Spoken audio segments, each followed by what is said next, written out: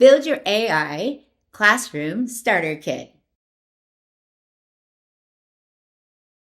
Hi, everybody. This is Marcia, and we're talking about day 2 of the 30-day AI challenge. Today, what we're going to do is we're going to go in and we're going to explore some AI tools and resources. They're going to save you time. They're going to help you to differentiate instruction, and they're going to even help you with setting goals for students. So, right here it says AI in the Classroom Starter Kit. In chapter 1, we walk through all different types of AI tools that you can use in your classroom, not only as a teacher, but also it's going to showcase AI tools that students can use. You can also try these tools out for free. Go to AIintheclassrooms.com and go to day 2.